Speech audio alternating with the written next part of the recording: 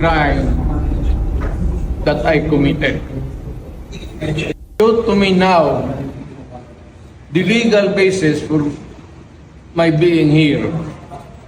As apparently I was brought here not of my own volition.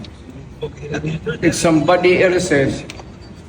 Kung hindi ibang tao, ikaw siguro, because this is your structure. So you have to answer now for the deprivation of liberty. General naman kayo. Alam mo ba na hindi man lang siya na-serve kung anong kaso kung pinacharge sa kanya ngayon? Hindi niya alam.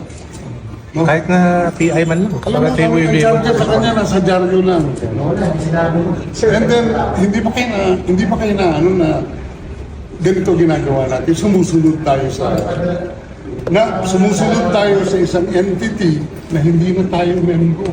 Nag-withdraw na tayo. And yet, sir, you are the Prosecutor General. Yes. You know how to exercise due process. Before you can even file charges, you have to file a complaint. We have to file a counter affidavit. Without doing those procedural process, here we are, being issued a warrant of arrest, questionable warrant of arrest. Ano naman po, sir? Sir. There's naman doon blooper, puro pagdating sa trial dyan, tatawagin kita sa witness stand. Sabihin ko, you're the person who arrested me.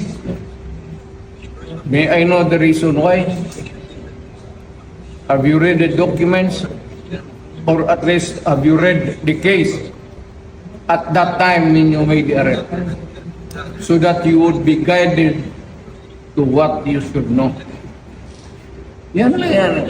Kung kaibigan tayo, galing ako.